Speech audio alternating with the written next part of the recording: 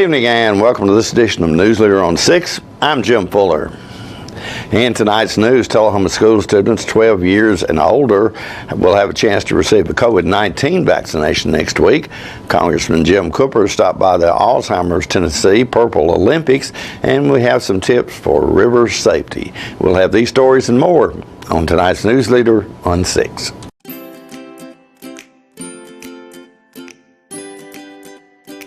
Hello, I'm Ray Norris, Mayor of Tullahoma. I want to thank the citizens of Tullahoma who've been following the CDC guidelines for helping prevent the spread of COVID-19. You've been wearing your mask, you've been getting your vaccinations, and I'll tell you, it's working. Today, our positivity rate is less than 5%. That's the lowest it's been since the earliest days of our pandemic. So, now I want to urge each of you to continue to follow these guidelines, and together, let's get this pandemic behind us and get our country back to the old normal where we need to be. Thank you. My husband was diagnosed with a spinal infection. He lost his ability to swallow and the movement of his legs. I couldn't turn over in bed, I couldn't walk, I couldn't eat. They were just wonderful in the treatment and care they gave my husband. I regained my mobility where I was able to go home. It is miraculous. Let us champion your recovery. Life Care Center of Tullahoma. Welcome back. The Tennessee Department of Health announced yesterday it will begin administering the Pfizer COVID-19 vaccine to children ages 12 to 15.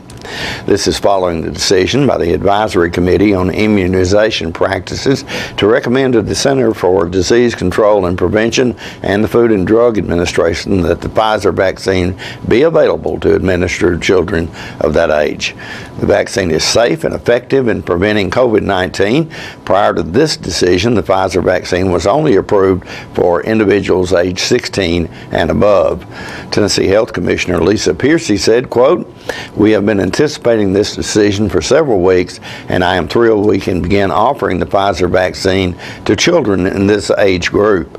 As a mother and a pediatrician, I believe the vaccine to be safe and effective for children, and I hope other parents across the state are relieved to learn this option is available. Our local health departments have been working ahead in preparation for this decision, and vaccine supply is available," end quote. The Moderna and Johnson & Johnson vaccines continue to be available to individuals age 16 and older. Those seeking vaccination should visit vaccinefinder.org to find a list of locations and the vaccine brands they provide. This site includes a listing of both local health departments and other approved vaccine providers across the state. Both the Pfizer and Moderna vaccines are 2-dose vaccines, and it's important to receive the second dose for maximum protection against COVID-19. Local health departments will be able to vaccinate children ages 12 to 15 years beginning Friday, May 14th. Individuals are able to request appointments online through vaccinate.tn.gov. When making an appointment, individuals under the age of 16 should select a Pfizer vaccine appointment time. Health departments also accept walk-ins. Individuals may also schedule an appointment with a local vaccine provider by visiting covid19.tn.gov or vaccinefinder.org. Many local providers also accept walk-ins. Hopes are to have most middle school and older children vaccinated before schools start up in the fall. Gina Bumalo, Coordinated School Health Director for Tullahoma City Schools, announced on Wednesday that the Coffee County Health Department will be conducting a COVID-19 vaccine clinic next Wednesday, May the 16th, from 4 to 6 p.m. at Tullahoma High School for anyone 12 years old or older. If you are interested in taking advantage of this opportunity, information packets can be picked up at Tullahoma Schools offices. Stay with us. We'll be right back in a moment with more News Leader. Now open in Tullahoma, Parkview Senior Living, an affordable, luxurious retirement community that active seniors love to call home. We encourage a healthy, independent lifestyle with few restrictions. Abundant amenities mean you live burden-free in a beautiful, safe home with other like-minded seniors. Still enjoy friends and family, along with your supplemental health care needs. See for yourself how wonderful retirement can be. Tour Parkview Senior Living today. All right, the cat's out of the bag at Carroll Street Liquor in Tullahoma. Now you know where to go if you're planning a get-together and want the ideal wine or spirit. Party planning can be stressful, but at Carroll Street Liquor you'll find everything you need. Mixers, gift sets, and all of your favorite spirit brands. So if you're feeling the pressure to pull off the ideal party, come to Carroll Street Liquor and select among the seemingly endless supply of wines, spirits, gift sets, and more. Your perfect party, it's in the bag with Carroll Street Liquors. Welcome back. Tennessee Congressman Jim Cooper was at the Alzheimer's Tennessee Purple Olympics last Saturday and addressed the assembly about how Alzheimer's has affected his family. I'm here for several reasons. One is my love for Fran Gray and Ken Couch, the whole Couch family. In fact, I drove over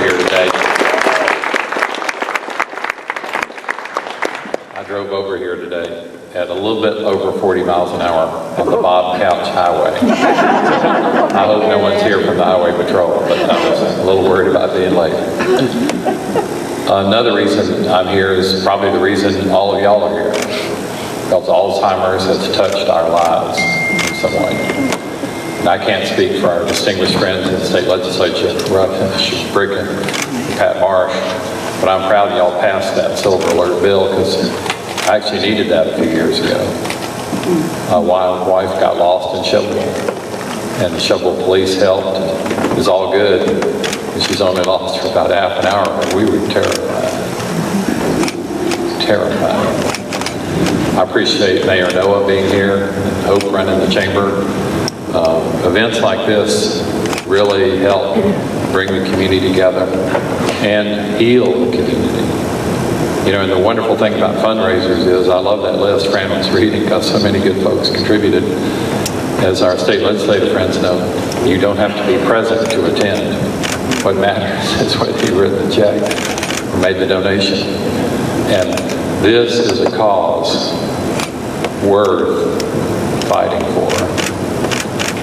My wife died 3 months ago, but it's been a 15-year journey.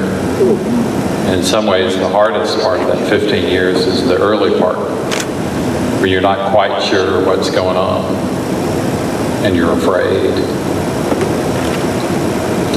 She wouldn't let me go to the doctor with her, but I knew she couldn't remember whatever the doctor said, but I knew she was afraid.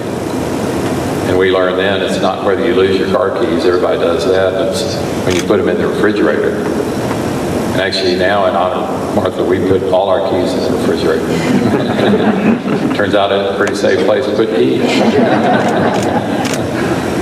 Top secret, it's in the butter dish.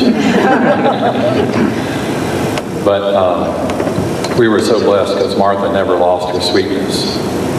You can't ever tell what course the disease is going to take as it gets worse and worse and worse and worse. But in a sense, she really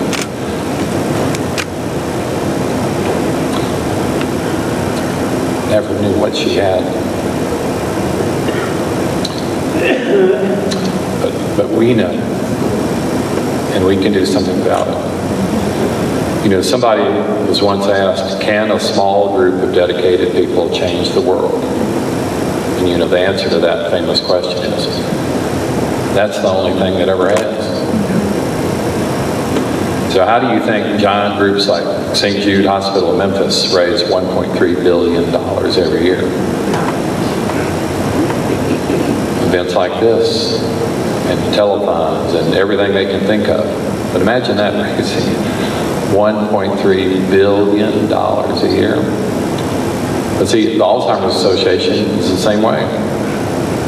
Groups like this all over America, people who care, because everyone is stricken sooner or later by this disease.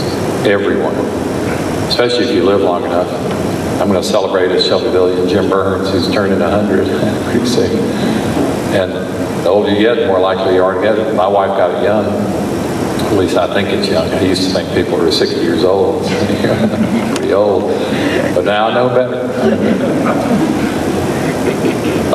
My son is dating a woman who is stricken with cystic fibrosis. And that used to be a death sentence. You couldn't live much past 30. And guess what? The Cystic Fibrosis Association did this raise money. They invested money in research. And a miracle happened 2 or 3 years ago. And now there's basically a cure for cystic fibrosis. So my son's girlfriend is now running marathons. No longer a death sentence at 30. Her life expectancy now is like regular, 70, 80, 90 years old. Because a group that cared about a disease, that dread the disease, got together and organized. I'm not sure if they had Olympic torches like this one. That's kind of the cutest, coldest torch I've ever seen. You're not allowed to have fire in buildings. But organization is what it takes. And y'all are doing that here in Tullahoma. You know, being raised in Shelbyville, we were always in awe of Tullahoma. Now, some people don't even know where Tullahoma is, but in Shelbyville, we were in awe, because y'all had the bowling alley, y'all had Applebee's, you had Ruby Tuesdays, you had Red Lobster. You know, this is a center of civilization, and serving on the House Armed Services Committee, I'm so proud that Tullahoma and AEDC is in charge of all the aerospace research of all of the Air Force. And I love telling people. There's some people in Washington, D.C. who don't know where Tullahoma is, but I'm proud to tell them that I grew up nearby. And it is awesome, the work that has gone here for many decades, and it's never been more essential with hypersonic missiles and some of the super advanced technology that's going on today. So it's super exciting. But your work, your contribution, you know, the wonderful thing about money is it all adds up. So it doesn't matter how small your contribution is, as long as you contribute, as long as you participate, because it's a participation rate that really, really matters. So I'm thankful for your being here. I'm thankful for the Couch family. I'm thankful for Tullahoma Lowell. I'm thankful for this whole 12-county region, because I used to represent pretty much all of those counties. Now I'm over in the Nashville way. And, but we all work together as Tennesseans.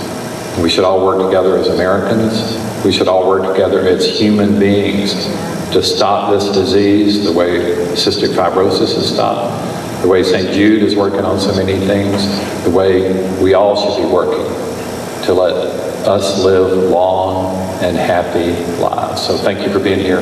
I'm grateful to be included. More news is coming up in a moment. It's not invoice.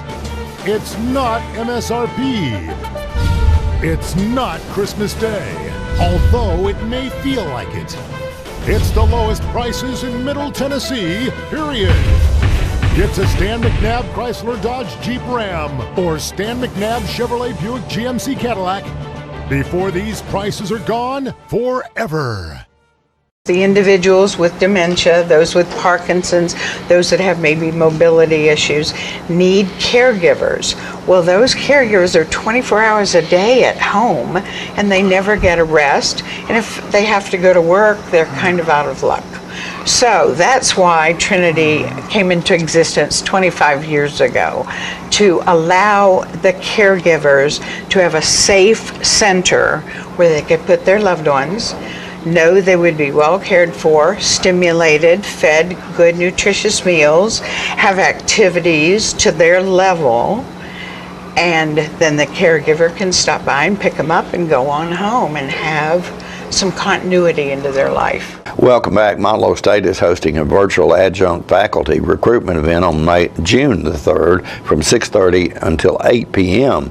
Motlow asked if you are a stay-at-home parent, retiree, looking for extra income, or a recent graduate seeking teaching experience, then this might be the part-time job you've been looking for. Adjunct faculty are part-time temporary instructors who may teach no more than 12 credit hours per semester and are hired on a per-semester basis. Motlow has 5 locations across Middle Tennessee in Smyrna, McMinnville, Sparta, Tullahoma, and Fayetteville. Adjunct faculty instructors are vital to Motlow. Adjuncts often brings a unique lens to the classroom through their own industry experience and real-world personal examples. Like their full-time faculty counterparts, they can offer advice to students on how to turn their major into a career and assist students with job placement connections. To be considered for adjunct teaching position, applicants should first complete the online application at mscc.edu/jobs and include their official transcripts. Files are kept for 3 years. Motlow has been named as one of the fastest growing colleges in the state. It consistently ranks as one of the highest performing colleges in Tennessee. The college is known worldwide for its commitment to early adoption of new technology, excellent in access, diversity, inclusion programming, stellar faculty, and market relevant curriculum. Last week we heard from the Tennessee Wildlife Resource Agency about river safety in part 1 of 3 in our video series, so tonight we bring you part 2. Hey guys, Ranger Jesse Jewell here at Henry Horton State Park. So today we're down here at the Duck River, and I wanted to talk to y'all a minute about river safety and how you can, on your next trip, be safer and have more fun with your family and friends. So hang around for that.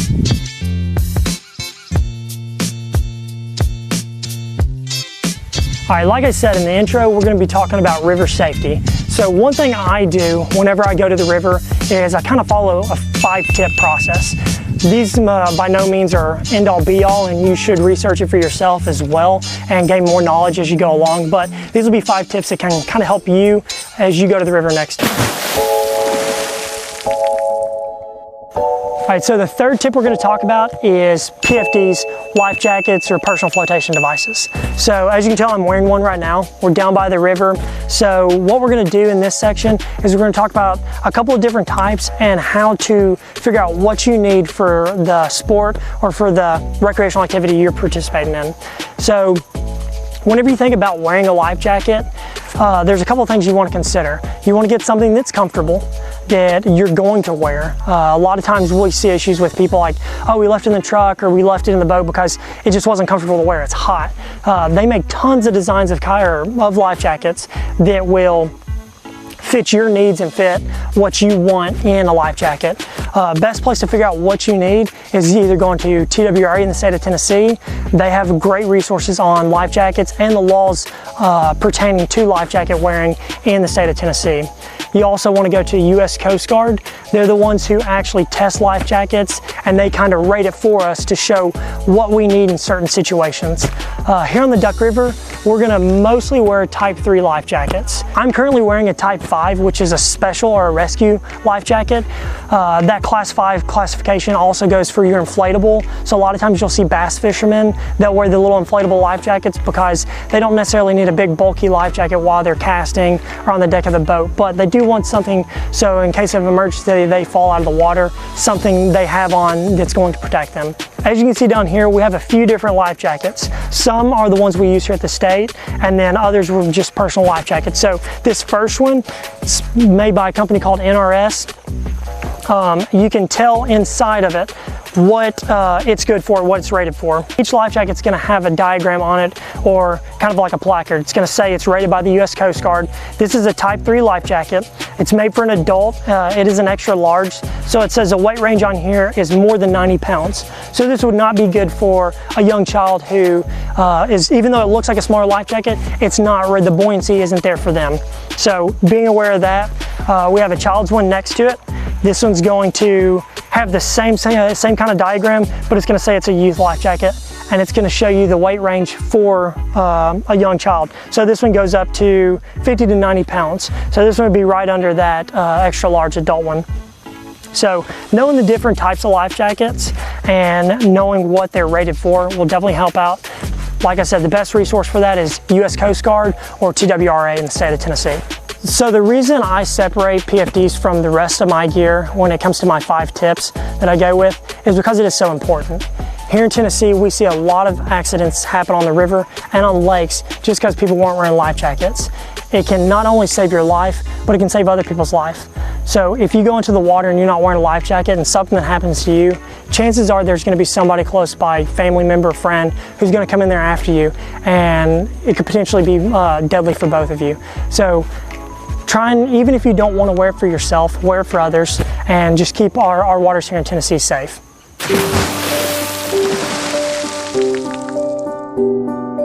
All right, so we've talked about planning and prepping the trip. We've talked about the gear that you're going to take and wearing a life jacket while you're at the river. The fourth tip we're going to talk about is letting somebody know where you're going and taking somebody with you. You never want to boat alone, and you never want to go somewhere without somebody knowing where you are. Whenever you plan your trip, you figured out where you're going to go. Let's say you're coming here to the Duck River. You're going to put in upstream from here, and you're going to take out at Henry Horton. Letting somebody know what put-in you're putting in it and where you're taking out and how long you expect to be on the water will make you safer. And so in case something does happen, or let's say weather moves in and you have to kind of sit on the bank for a few more hours than you're expecting, somebody's expecting to look for you, and if you don't show up when you told them you're going to, then they're going to start kind of calling people and kind of figuring out where you are. So it will help if something does happen to you to get rescuers to you faster. Secondly, the reason you want to take somebody with you on the water is, let's say that you go somewhere you're not very familiar with. Maybe you're scouting some new waterways. Having somebody with you, it kind of makes it to where if something does happen, let's say, your boat flips over, you're not trying to deal with that issue alone, and somebody's with you who can kind of help manage your gear and other people. A lot of the times, usually a good rule of thumb is taking at least 3 people with you. That way in an emergency, somebody can stay with one person and somebody can go get help. So you're not leaving an injured person or the situation back. You have somebody there who can manage it properly. So being aware of that, if you can have 3 people with you, that's just going to make for a safer time on the water. We'll be right back in a moment. We're losing it, Doctor. Not on my shift. Quickly, brush. Roller. What a transformation. It's going to be okay. Okay, nothing. At Paintworks of Tullahoma, we specialize in domestic emergencies with Martin Senior Paints. You can be the paint doctor too when you treat your home with Martin Senior interior and exterior finishes. Doctor, we've got another one. Got you covered. Paintworks of Tullahoma. Come see the paint doctor, Stat. Welcome back. Tennessee Governor Bill Lee is withdrawing from a $300 weekly unemployment supplement program that comes, as many argue, the additional funds allow low-wage earners to make more money while staying at home. Lee cited the surplus of available jobs in Tennessee. Lee informed the U.S. Department of Labor of the decision Tuesday, joining several other southern states in refusing the additional payments for unemployed people. Lee said, quote, "We will no longer participate in federal pandemic unemployment programs because Tennesseans now have access to more than 250,000 jobs. Family businesses and our economy thrive when we focus on meaningful employment and move on from short-term federal fixes," end quote. The Federal Unemployment Assistance Program will end in Tennessee on July the 3rd, Lee wrote to Secretary of Labor Marty Walsh. In addition to the weekly $300 supplement, Tennessee is also ending participation in federal programs that have allowed those who don't usually qualify for benefits, such as the self-employed, to receive them, as well as an initiative that extended the payments once regular employment benefits expired. Tennessee pays up to $275 weekly for unemployed individuals, ranking it below the national average of $387 per week.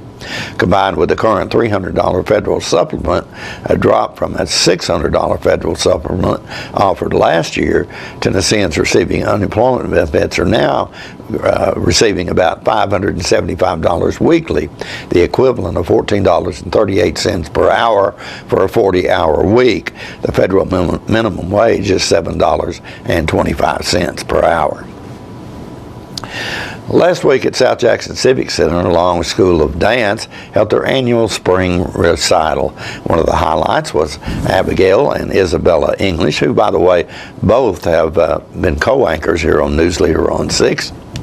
And they performed the song Footprints by Molly K. Kestner. Let's watch.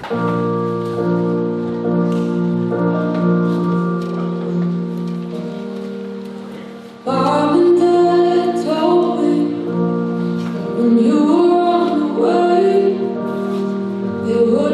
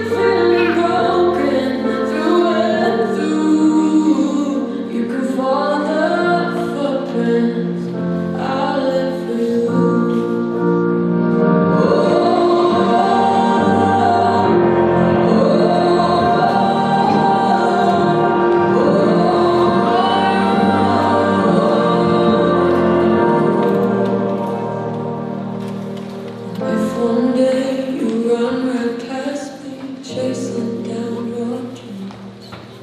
I hope that I can look ahead and turn and say to me,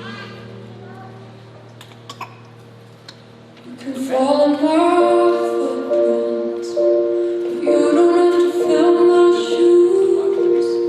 It's just a path for you to follow if you so choose. You can follow my footprints. I live for you.